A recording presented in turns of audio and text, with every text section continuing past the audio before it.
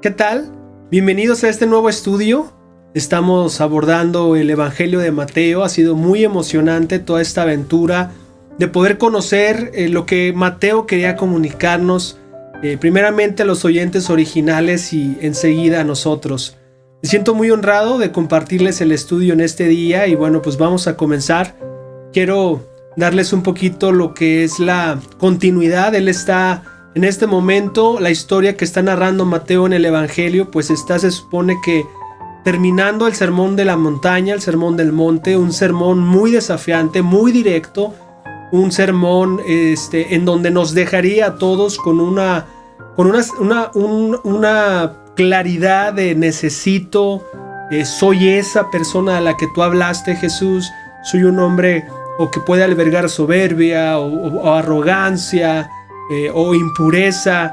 Los desafíos que Jesús dio en el Sermón del Monte son una expectativa sumamente alta que pocos dirían, yo pienso nadie pudiese cubrir la expectativa que Jesús estaba enseñando en el Sermón del Monte. Un poquito la estructura del Sermón del Monte, estamos hablando de lo que es la justicia verdadera, no lo que las personas, fariseos o maestros de la ley estaban enseñando en su momento, ¿verdad? Sino que era algo superior. Posteriormente viene lo que es la adoración verdadera. ¿Cómo podemos convertirnos tú y yo en hacer cosas de Dios como orar, ayunar, ofrendar, pero hemos perdido el corazón? Y por eso Jesús se centra en este sermón del monte enseñándonos la adoración verdadera. ¿Qué no debemos hacer mientras hagamos este tipo de cosas? Posteriormente cierra Jesús en el Sermón del Monte con lo que se conoce como la justicia verdadera. El poder ser personas que tienen el hábito de poder tener una introspección personal para evaluar nuestro corazón, nuestro estado espiritual y poder ser ayudados por Dios. Entonces ya vamos a continuar con el capítulo número 8. Y bueno, pues este estudio en este día se titula Respondamos con humildad, con fe y con sumisión. Respondamos con humildad, con fe y con sumisión. El evangelista Mateo en su narración va a incluir ahora un nuevo bloque en los capítulos 8 y 9. Y en este nuevo bloque va a hablar acerca de una serie de milagros y también de un llamado a ser un discípulo. Y Mateo organiza esta información en bloques de 3. Vamos a ver nosotros 9 milagros y los hace o los empaqueta en paquetes de 3 en 3 y un llamado a ser un discípulo en cada uno de la forma en que él la organizó. Y bueno, pues en este estudio de responder con humildad, con fe y con sumisión, vamos a nosotros ver los primeros 3 milagros que Mateo nos está narrando después del Sermón del Monte para nosotros aprender una gran lección de todo esto. Y bueno, pues vamos a arrancar con el Evangelio de Mateo capítulo 8, versículo 1 en adelante. Quisiera que me acompañes, yo voy a leer la Nueva Traducción Viviente y dice de la siguiente manera. Al bajar Jesús, dice así, por la ladera del monte, grandes multitudes lo seguían. De repente, un hombre con lepra se le acercó y se arrodilló delante de él. Señor, dijo el hombre, si tú quieres, puedes sanarme y dejarme limpio. Jesús extendió la mano y lo tocó. Al instante, la lepra desapareció. No se lo cuentes a nadie, le dijo Jesús. En cambio, preséntate ante el sacerdote y deja que te examine. Lleva contigo la ofrenda que exige la ley de Moisés a los que son sanados de lepra. Esto será un testimonio público de que has quedado limpio. Pues hemos escuchado el primer milagro que Mateo narra al bajar del monte. Y comentaristas lo que ellos argumentan, ya que este mismo milagro está en Lucas y está en Marcos, ellos argumentan que este milagro no se dio en este momento, que fue en un momento posterior al bajar de la ladera, al bajar del monte en donde dio su sermón más famoso. lo que nosotros concluimos es que la narración que está teniendo Mateo es que él no tiene un orden, no escogió o no eligió un orden cronológico de las cosas, sino él eligió un orden teológico, en este caso, de presentarnos en esta serie de 3 milagros cada bloque, y del llamado a un discípulo. Él la organizó de tal manera que tuviera un orden teológico, no un orden cronológico de cómo sucedieron las cosas. Y lo que nosotros podemos ver aquí, Jesús, es un milagro muy impactante. Estamos hablando de una persona leprosa. Y bueno, pues la lepra era una enfermedad que en el momento y en el contexto de Jesús y de las personas que vivían en el tiempo de Jesús, es que esta enfermedad era considerada como un castigo de Dios. Así fue considerada en su momento. En este momento, para nosotros, ninguna enfermedad en sí es considerada como un castigo de Dios, literalmente. Nosotros, o la ciencia médica, pues ella ha descubierto ciertas causales por las cuales sufrimos ciertas enfermedades, pero estamos muy lejos, muy distantes de considerar una enfermedad como un castigo de Dios. En este caso, en el leproso sí se consideraba que estos hombres con lepra tenían un castigo de Dios. Y bueno, pues sabemos que en la historia, en el Antiguo Testamento, varias personas que sufrieron de lepra, pues vemos que eran un acto disciplinario de parte de Dios, y ellos lo que concluyeron es que la lepra era un castigo divino. Y tenemos aquí la lepra, una situación muy complicada, y lo que Jesús está enseñando en este ejemplo para ti y para mí, pues es la actitud que tuvo el leproso. Hubo unas cosas, unas acciones que nos demuestran la fe de este leproso, cómo salió más allá de lo que él estaba acostumbrado. Y la lepra en aquel momento, pues había varias clases de lepra, específicamente 2. Una que te duraba 7 años, en donde en 7 años te fulminaba la enfermedad. Esos nódulos y esas úlceras atacaban todo tu cuerpo. Puedas caerse tu cabello, tus orejas, las cuerdas vocales, te hacías afónico, varias cosas muy complicadas. Las personas se morían prácticamente a pedazos y eran considerados muertos en vida. Sabemos que la ley protegía a todo el pueblo judío de estos hombres que sufrían de lepra, y lo que ellos tenían que hacer era vestirse con la peor ropa, considerados harapos, y si se acercara a alguien, ellos tenían que gritar: inmundo soy, inmundo soy. Era una situación bastante complicada, porque aparte de estar sumamente enfermo, muriendo en vida, ibas a estar alejado de todo contacto con la sociedad, y eso era muy complicado. Y ellos vivían, no podían ni acercarse a la ciudad. Ellos vivían en las afueras de la ciudad. Se dice que las únicas personas con las que convivían pues eran con otros leprosos. Conocemos o hemos escuchado la historia de los 10 leprosos. Sin duda ellos estaban juntos en su momento. Ya abordaremos ese tema, pero aquí tenemos a este leproso, el primero en la historia narrada de los evangelios que Jesús sana. Él no tenía un contexto que Jesús sanaba leprosos, que alguno más, en alguna otra ocasión Jesús sanó otro leproso. Para él era una situación en donde él confiaba en la autoridad de Jesús, él confiaba en el poder de Jesús, y él pudo acercarse con fe a Jesús. Vemos que da pasos sobrenaturales, sorprendentes, específicamente en donde este hombre se arriesga a acercarse a Jesús y a arrodillarse delante de él. Como te comento, ellos no tenían ni el hábito ni el permiso de acercarse a ninguna persona, y él sí se arriesga a acercarse a Jesús con una actitud totalmente humilde, ya que se arrodilla.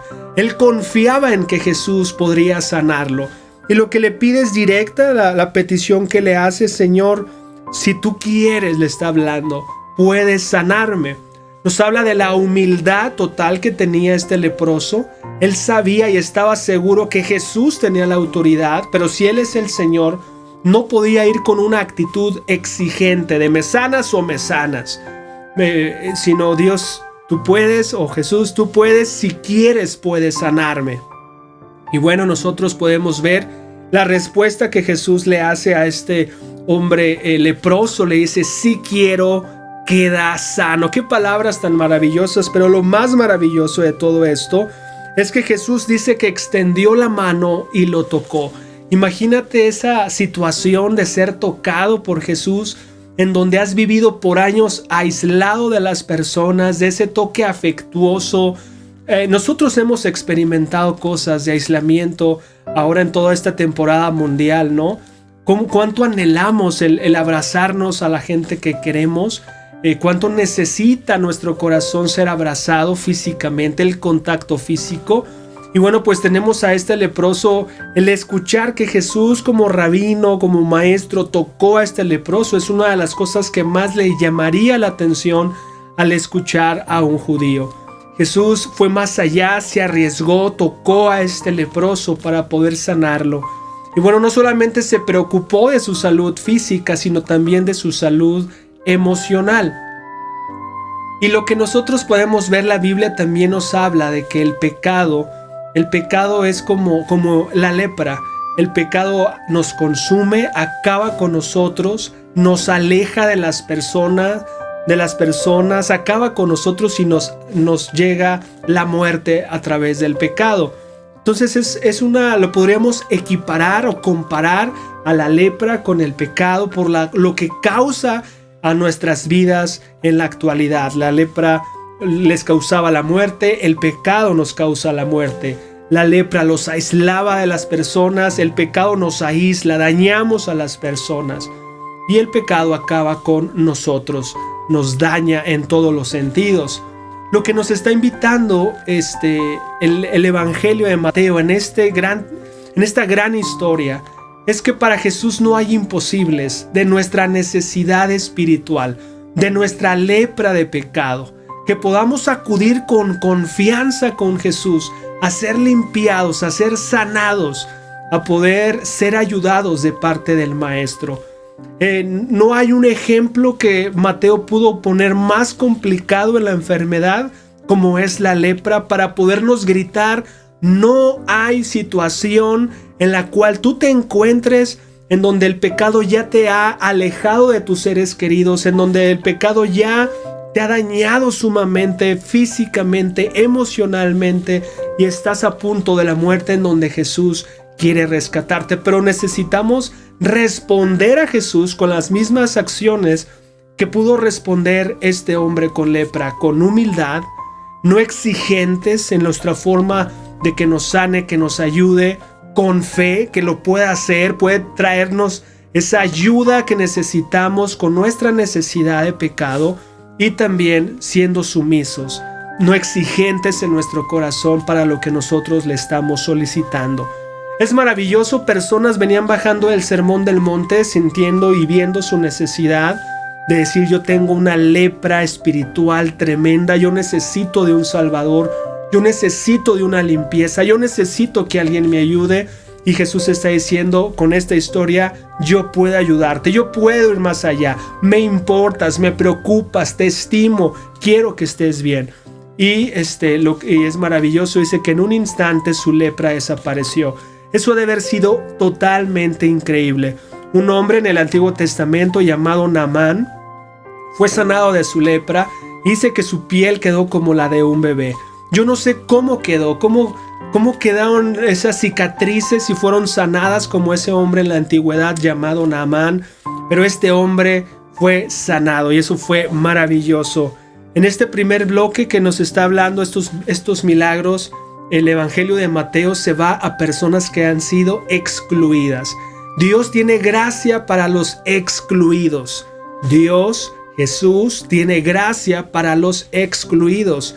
Los leprosos eran totalmente excluidos por su situación física o padecimiento de la enfermedad. Más adelante dice la fe de un centurión romano. Dice: cuando Jesús regresó a Capernaum, un oficial romano se le acercó y le rogó: Señor, mi joven siervo está en cama, paralizado con terribles dolores. Iré a sanarlo, dijo Jesús. Señor, dijo el oficial, no soy digno de que entres en mi casa, Tan solo pronuncia la palabra desde donde estás y mi siervo se sanará. Lo sé porque estoy bajo la autoridad de mis oficiales superiores y tengo autoridad sobre mis soldados. Solo tengo que decir vayan y ellos van, o vengan y ellos vienen. Y si les digo a mis esclavos hagan esto, lo hacen. Al oírlo, Jesús quedó asombrado, se dirigió a los que lo seguían y dijo: les digo la verdad, no he visto una fe como esta en todo Israel. Y les digo que muchos gentiles vendrán de todas partes del mundo, del oriente y del occidente, y se sentarán con Abraham, Isaac y Jacob en la fiesta del reino del cielo. Pero muchos israelitas, para quienes se preparó el reino, serán arrojados a la oscuridad de afuera, donde habrá llanto y rechinar de dientes. Entonces Jesús le dijo al oficial romano: vuelve a tu casa, debido a que creíste, ha sucedido. Y el joven siervo quedó sano en esa misma hora. Este es el otro milagro que nos está narrando Mateo, posterior a la curación milagrosa del leproso. Y estamos hablando de otro hombre que necesitaba tener gracia y era una persona también excluida, un gentil. Los gentiles, como sabes, eran excluidos, eran no tomados en cuenta por el pueblo judío, no eran contemplados por los rabinos, por los maestros en la vida o en los tiempos de Jesús. Y aquí tenemos a un centurión. Quiero platicarte un poquito. El Imperio Romano se organizaba militarmente muy fuerte, tenía, tú sabes, un gran dominio. Y tenían 6,000 soldados. Esos 6,000 soldados se dividían en todo lo que eran las ciudades que tenían el control en 60 centurias. Y cada centuria tenía un capitán, un guardia, un soldado encargado llamado un centurión. A su cargo tenía 100 soldados. Los demás evangelios, Lucas y también Marcos, cuentan este mismo milagro y nos dan más información respecto a quién era este centurión. No sabemos, no conocemos su nombre, pero sabemos que posiblemente fue un prosélito, un convertido al judaísmo, una persona que apreciaba la ley de Dios, la Torá. Él nos dice en los otros evangelios que los ancianos fueron a pedirle a Jesús por él, para que ayudara. Le decía: mira, no hay en Israel nadie que merezca más que él ha sido bondadoso. Él nos ha construido una sinagoga. Se supone que construyó una sinagoga en Capernaum, este hombre. Y bueno, lo que suena muy interesante y era muy raro, porque los esclavos en los tiempos de Jesús, como lo que el esclavo estaba enfermo, se consideraban objetos, herramientas. Así que cuando un centurión, un soldado, tenía un esclavo enfermo, simplemente lo desechaba, no tenía un valor, no tenían una preocupación por ese esclavo. Y bueno, tal vez ese mensaje de ese amor al prójimo, este centurión fue tocado y él sí le preocupaba a su esclavo. Su esclavo estaba agonizante, estaba casi muerto, lo dicen los otros evangelios. Y él se atreve de una manera increíble, con fe, con humildad, con sumisión, a acercarse a Jesús. Y él se acerca y obviamente le pide ayuda y él reconoce su situación de gentil y habla a Jesús: por favor, ayúdame, no merezco que entres en mi casa, soy un gentil. Obviamente no se lo dice, pero él sabe, él ha sido entrenado por ser una persona que se ha convertido, que es muy probable, que te comento, por ser un prosélito. Y él entendía: Jesús, no merezco, no puedo, o sea, no hay cómo tú vengas, pero por favor, ayúdame, ayuda a mi siervo que está muriendo. Jesús le responde que sí, que claro que él va a ir. Y en ese momento que él dice, eso es muy interesante, porque imagínate que exprese que sí va a ir, o sea, ¿cómo se va a atrever a ir a la casa de un gentil? Jesús está enseñándonos que está rompiendo todas las fronteras no está rompiendo las reglas, pero está yendo más allá de lo que nosotros pudiésemos esperar. Por ejemplo, el poder ir a la casa de un gentil y ir a sanar a su siervo, pues eso era inesperado. Pero bueno, lo que nosotros aprendemos aquí dice, mira, no venga, solamente di una palabra y mi siervo sanará. Es muy interesante lo que nos deja ver la palabra de Dios de lo que pasaba en la mente de este centurión. Nosotros podemos ver que lo que lo movía es que el centurión sabía, dice, mira, yo puedo mandar, yo puedo ordenar y la gente me hace caso porque yo hablo porque tengo poder, porque atrás hay alguien que me respalda. Tengo todo el poder del imperio que me ha otorgado como centurión a cargo de esta centuria, de estos 100 soldados, y mi palabra se obedece porque tengo el respaldo del imperio. Yo sé que tú eres un hombre de autoridad y que tu respaldo te lo ha dado Dios. Lo que tú haces, lo que tú dices, lo que tú enseñas es porque tienes detrás un respaldo para poder hacerlo. Así que solamente di una palabra y esto se va a ejecutar. Obviamente le sorprendió a Jesús esa fe, esas conclusiones que en la mente pudo haber llegado un gentil. Y bueno, pues lo que nosotros pudimos leer es que ese hombre, ese siervo de este centurión se sanó.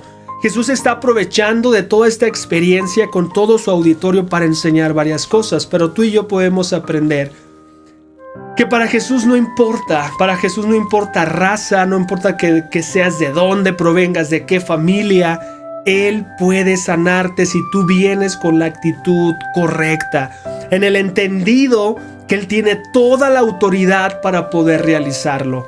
Así que podemos aprender de Él eso, imitarlo. Y este centurión, en esta experiencia, Jesús está hablando más allá y está hablando de la salvación. Sabemos que las personas confiaban en que eran descendientes de Abraham para poder ser salvos, para poder estar con Dios en la eternidad. Y lo que está hablando Jesús es, miren, no es que seas salvo porque vengas de, sino se trata de obedecerme y que mi autoridad realmente me dejes ejercerla en tu vida, como este centurión está permitiéndome, porque él ve con claridad mi autoridad someterse a mí. Él no viene jactándose. Imagínate cómo se sentiría un hombre que es parte de esos 60 centuriones, de la parte de un ejército más poderoso en ese momento, que era lo del Imperio Romano. Él pudo haberse acercado con arrogancia, exigiendo, sin humildad, sin sumisión.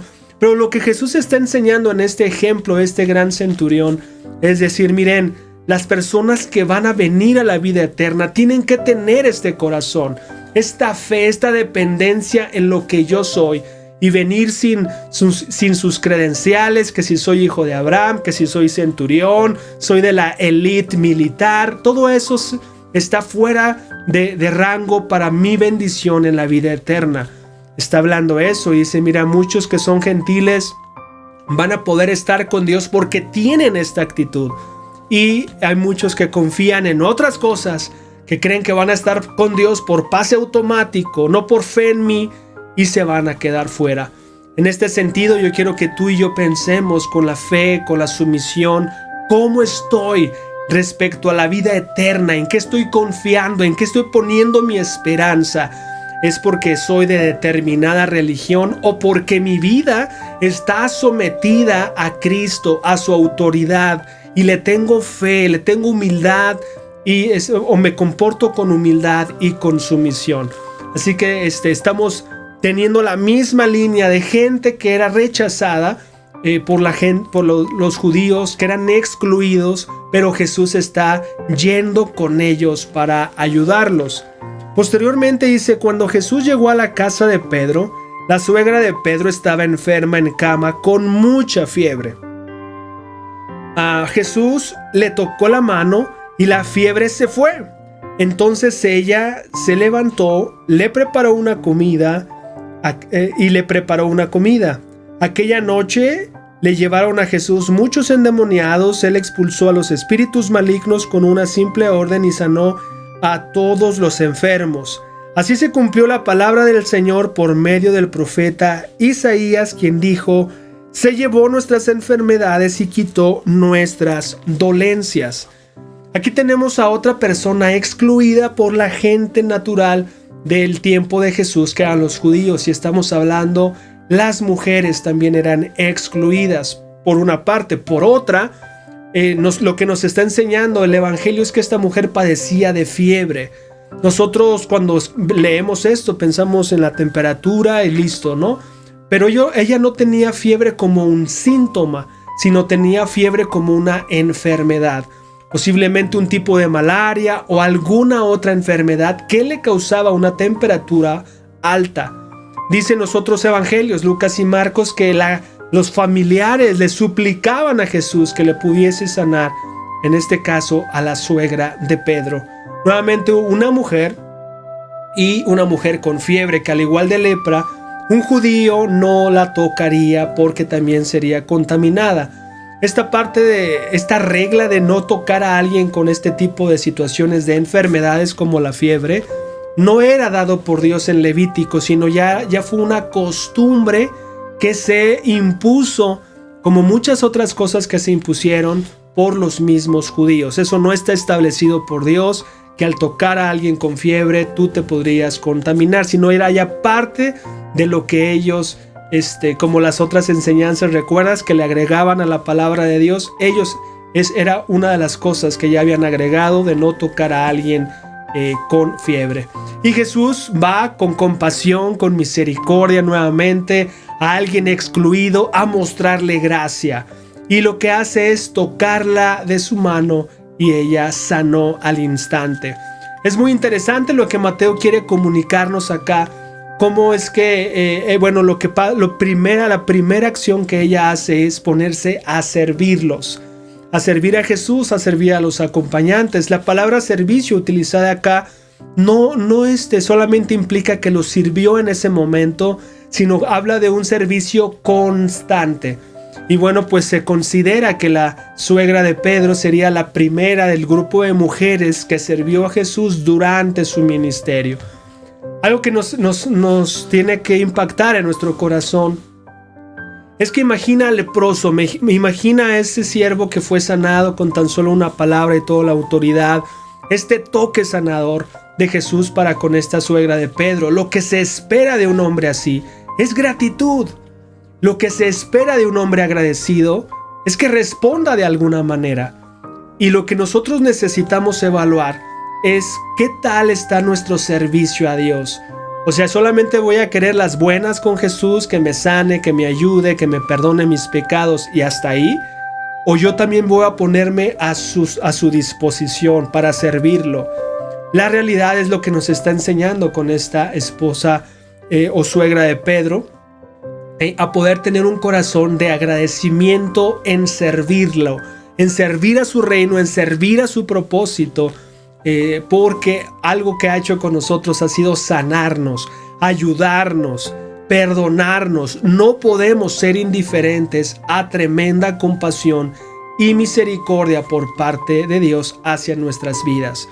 Y bueno, Jesús nosotros lo podemos ver en estas tres acciones, cómo mostraba gracia a gente excluida, al leproso, al gentil, a la esposa, suegra de Pedro, que sería una mujer a la cual también tendrían que ser excluida, y sobre todo porque estaba con temperatura. Y bueno, pues Jesús, lo que nosotros podemos ver es que en ese sermón del monte grandes multitudes lo seguían. Y Jesús va a ir aclarando, va a ir desafiando que seguirlo, uno tiene que pensar en pagar el precio. No simplemente es seguirlo por seguirlo, sino que necesitamos pagar un precio de ser un discípulo. Entonces tú vas a ver en este bloque del llamado al discípulo que Jesús va a hablar con claridad qué es ser un seguidor de Él. Y la expectativa, lo que espera Jesús es que no te vayas engañado, es que no lo consideres como una cosa trivial el ser un servidor o seguidor de Jesús, sino que lo estimes, que lo pienses, y Él va a estar desafiando para lo que realmente es ser un seguidor. Todas estas personas que bajan del Sermón del Monte estaban animadas, guiadas, era muy animante el espíritu, la emoción, era algo muy especial, gente que iba sanando. Y Jesús, lo que Él decía, yo no quiero ningún recurso emocional. El seguirme y mi mensaje es de arrepentimiento. No es un mensaje de emociones, no es un mensaje de sanidad, yo sano, yo ayudo, pero a eso no vine como prioridad. Yo vine a buscar y a salvar al que se ha perdido. Entonces nosotros vamos a ver en estos bloques una serie de desafíos al llamado de ser un discípulo. Y aquí vemos el primero. Dice, cuando Jesús llegó en el versículo 18, cuando Jesús vio a la multitud que lo rodeaba, dio instrucciones a sus discípulos de que cruzaran al otro lado del lago. Entonces uno de los maestros de la ley religiosa le dijo, Maestro, te seguiré a donde quiera que vayas. Jesús le respondió, los zorros tienen cuevas donde vivir y los pájaros tienen nidos, pero el Hijo del Hombre no tiene ni siquiera un lugar donde recostar la cabeza. Otro de sus discípulos dijo, Señor, deja que primero regrese a casa y entierre a mi padre. Jesús le dijo, sígueme ahora, deja que los muertos espirituales entierren a sus propios muertos. Ve cómo Jesús empieza a desafiar en el llamado a seguirle. Está diciendo, oye, quiero seguirte, iré por donde quiera que vayas. Y dice, mira, ni el Hijo del Hombre tiene donde reposar su cabeza, acostar su cabeza. Nosotros podemos ver que Jesús, siendo el Dios, el Rey de Reyes, siendo el Hijo de Dios, el Mesías, el ungido, el que vino del Padre, pero lo vemos que vino sin nada. Él vino en una cuna prestada, Él muere en una tumba prestada, Él vive, por ejemplo, cuando está en Capernaum, se queda en casa de Pedro, Él vive en una casa prestada. Realmente Jesús no vino a darle prioridad a lo que uno puede construir aquí en la tierra. Tal vez hoy tú tengas una manera de pensar del cristianismo que es que Jesús te ayude a la necesidad que tienes y lo va a hacer, lo quiere hacer, quiere ayudarte en todo lo que tú estés padeciendo. Tenemos a Jesús, alguien lleno de misericordia, pero para ser un discípulo necesitamos más allá que solamente venir y disfrutar de las cosas, sino ser un seguidor, ser un discípulo es tener que pagar un precio. Pensar en que vas a vivir no dándole prioridad al obtener cosas es algo que a muchos nos va a detener, porque vamos a querer tener un auto, vamos a querer tener una casa, vamos a querer tener un patrimonio, y en eso se va a enfocar nuestras energías, nuestra economía, todo se va a desarrollar ahí. Pero eso nos va a hacer taparnos los oídos y no vamos a escuchar hacia dónde Jesús nos va a querer mandar, hacia dónde lo podemos servir, qué quiere de nuestras vidas.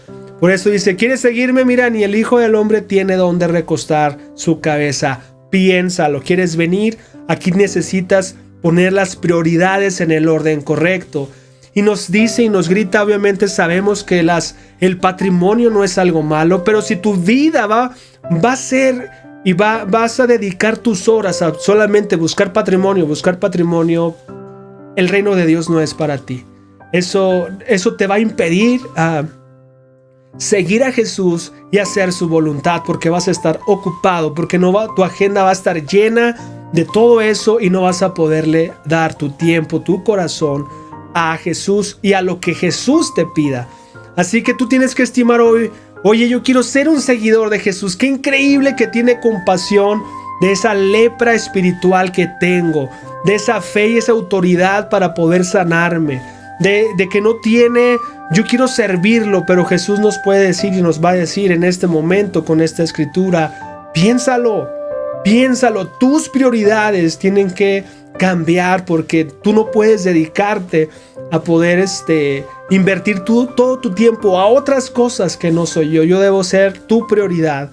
Necesitas, si tú me tomas como Señor, has visto que tengo toda la autoridad y puedes darme tu vida como Señor, pues permíteme ser tu Señor y pedirte lo que yo quiera y tú no tengas excusas para eso. Así que pues es muy desafiante, quiero que tú pienses en eso. Sin duda Dios te ha sanado, Dios te ha ayudado, Dios está construyendo en ti. Las situaciones es cómo estoy sirviendo, qué está haciendo de mi vida, y el llamado es, wow, Jesús con todo prestado, cuna, tumba, casa.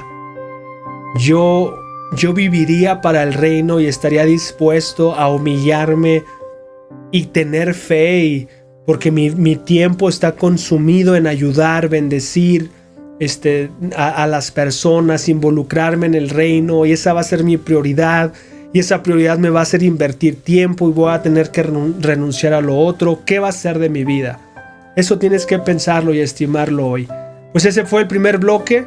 Después de bajar del Sermón del Monte, el primer bloque de milagros, lo que nos enseña: Dios tuvo compasión de gente excluida, el leproso, el gentil y una mujer.